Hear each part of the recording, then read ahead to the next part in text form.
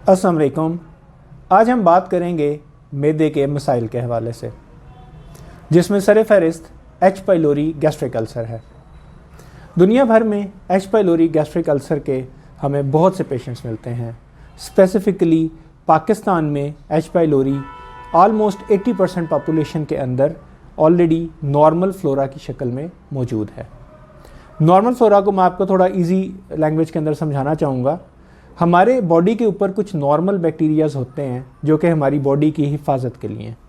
उन्हीं में से एक एच पाइलोरी है जो कि हमारे स्टमक के अंदर या मैदे के अंदर मिलता है। अब बेसिकली ये इन्फेक्शन की शक्ल किस वक्त इख्तियार करता है कि जब इसकी पॉपुलेशन बहुत ज़्यादा हो जाती है। जब एच पाइलोरी की मिकदार बहुत ज़्यादा हो जाएगी स्टमक में तो इट कॉजेज़ गैस्ट्रिक अल्सर। तो ये मैंने आपको इस एच पाइलोरी इन्फेक्शन के कॉज के बारे में बताया। इसका जो बैक्टीरिया है उसका नाम है हेलिकोबैक्टर पाइलोरी। अब जिस वक्त ये बैक्टीरिया स्टमक को अटैक करता है तो ये स्टमक की इनर लाइनिंग्स को, मैदे की 4 तहें होती हैं, और ये जब स्टमक की इनर मोस्ट लाइनिंग को डैमेज करता है तो फिर हमारे अंदर अल्सर के सिम्टम्स पैदा होना शुरू हो जाते हैं। और इसी के साथ ही मैं अब आपको मैदे की मज़ीद बीमारियों को भी साथ साथ बताऊंगा ताकि आपके लिए इसको समझना आसान हो जाए। तो इसके अंदर जो अलामात आती हैं उसमें सबसे पहले मैदे में जलन होना, जिसको हम हार्ट बर्न भी बोलते हैं। उसके बाद मैदे में दर्द होना, भूख ना लगना, गैस का ज़्यादा बनना मैदे में, और इसी तरह गैस्ट्रिक पेन है। और गैस्ट्रिक पेन के अलावा मैदे के अंदर गैस का बनना, बर्ब्स का या डकार ज़्यादा आना, इंडाइजेशन बदहज़मी होना, वज़न कम होना और भूख ना लगना। तो ये तमाम अलामात हमें एच पाइलोरी के साथ भी एसोसिएटेड मिलती हैं। और इसी तरह जो गैस्ट्रिक अल्सर है या मैदे का अल्सर है उसके अंदर भी हमें सेम सिम्टम्स मिल रहे होते हैं। इसके अलावा हमारे पास जो है मैदे की मज़ीद जो कंडीशंस आती हैं उसके अंदर एक बहुत कॉमन कंडीशन हो रही है, that is IBS, irritable bowel syndrome.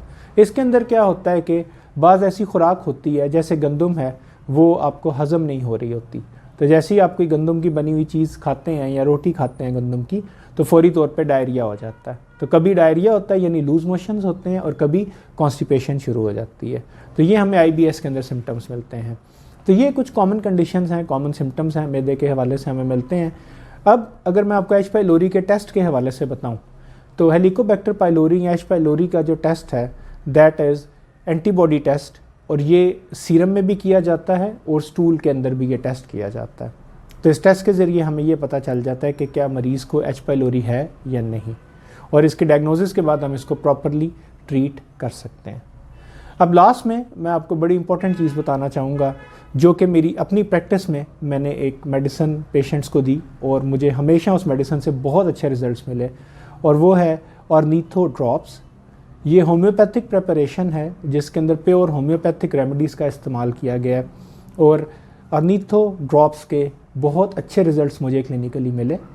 और ना सिर्फ ये कि ये मेडिसिन एच पाइलोरी के केसेस में दी जाती है, बल्कि मैदे से रिलेटेड तमाम बीमारियां यानी कि गैस का बनना, बर्ब्स या डकार बहुत ज़्यादा आना, मैदे में दर्द होना, मैदे में जलन होना, इंडाइजेशन, मैदे की बीमारियों की वजह से वज़न का गिरना, भूख का ना लगना, इन तमाम कंडीशंस के अंदर ऑर्निथो ड्रॉप्स के बहुत अच्छे इफ़ेक्ट्स हैं।